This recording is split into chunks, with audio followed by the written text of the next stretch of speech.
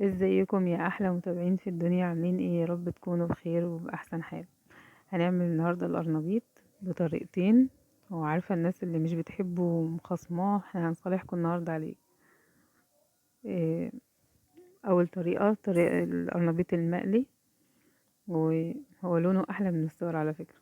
نجيب قرنبيطه كبيره ونسلقها، او اتنين يعني على حسب الكميه، وبيض وفلفل احمر وخضره. اول حاجه ونص القرنبيط هنسلقه والنص التاني هنهرسه، عشان يعني كل نص ليه طريقه. الطريقه الاولانيه اللي هي معظمنا عارفينها، اللي هي بنعمل خلطه نحط فيها القرنبيط مسلوق وبعدين نقليه في الزيت. الخلطه دي بقى عباره عن ايه؟ هنحط فصين 3 توم وبيض وطماطم وملح وفلفل وحبهان، ونضربهم في الخلاط كويس قوي قوي لغايه ما يبقى عندنا ايه، الخليط بالشكل ده. هنحط عليه دقيق، حوالي 4 معالق دقيق او حاجة. ويعني وعلى حسب، يعني لقينا الخلطة خفيفة شوية هنزودها دقيق تاني. يعني انا بصوا هنا صبيته، حسيت ان هو ايه، خفيف قوي، فتقلته شوية بحبة دقيق تاني. طبعا انا صبيته على ايه؟ على خضرة، إيه، كزبرة ماشي وشبت وبقدونس. حطيت كذا يعني معلقة دقيق لغاية ما حسيت ان هو كده بقى حلو، يعني الخلطة بتاعته كويسة، اللي هي السمك بتاعها يعني مش تقيل قوي وفي نفس الوقت مش خفيف مية، يعني اخف من الكيكة اللي هي اهش كيكة دي. وقلبته طبعا كويس. هو في الاول الدقيق بيبقى مكلكع كده لغاية لما مع التقليب كتير بيبقى مفرود وحلو.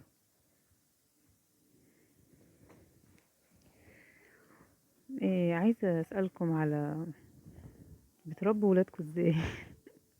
موضوع شائك يعني. بتخلوا الولاد يعني يكونوا خايفين منكم وعاملين لكم رهبة وكده؟ طبعا انا حطيت القرنبيط في الخلطة، حطيته في الزيت. بصوا بقى الحلاوة، بصوا اللون التحفة.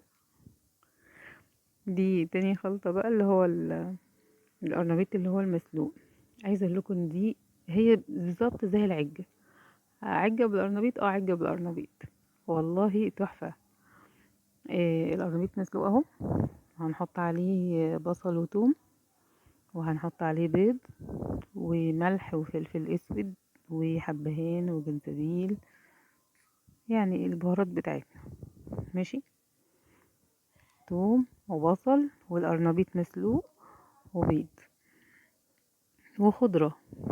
ماشي، يعني العجة معروفة ان هي بتبقى بيض وبصل وخضرة، بس لا احنا يعني في ناس بتحط لها بطاطس، وبصراحة انا اخترعت لها القرنبيط.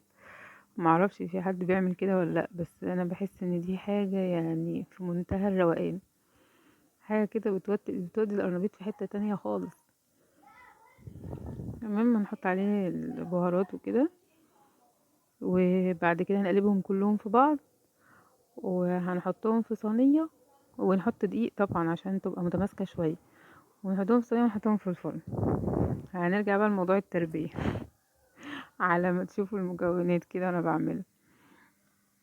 التربية بقى يعني انا مثلا في، يعني ممكن ناخد كل فيديو كده نقطة.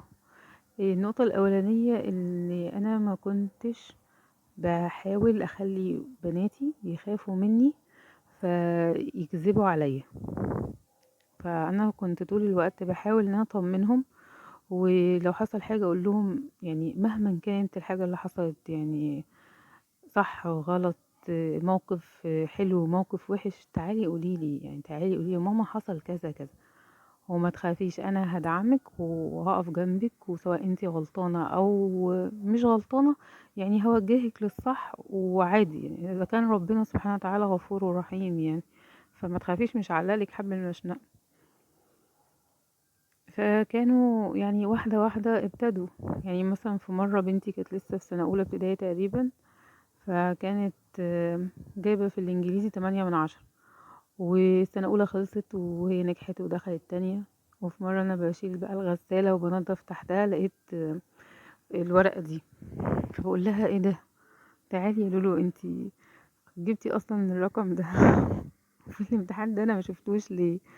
فبتقول لي عشان انا كانت خايفة يعني مني. فقلت لها ده جميل جدا، انتي شطورة وقمر. القرنبيط خلص. ماشي. بصوا بقى العجة، والله العظيم طلع حكاية حكاية. انا عايزة اقول لكم ان في مرة ما كانش عندي عيش وكلتها حاف. يعني انا نزلت جبت الحاجات كلها وكنا بالليل، وبعد ما طلعت وعملتها لقيت ان انا ما عنديش اصلا عيش. فقلت يعني ماليش دعوة. كلتها من غير عيش عادي، يعني كنت بقطع جنبها طماطم.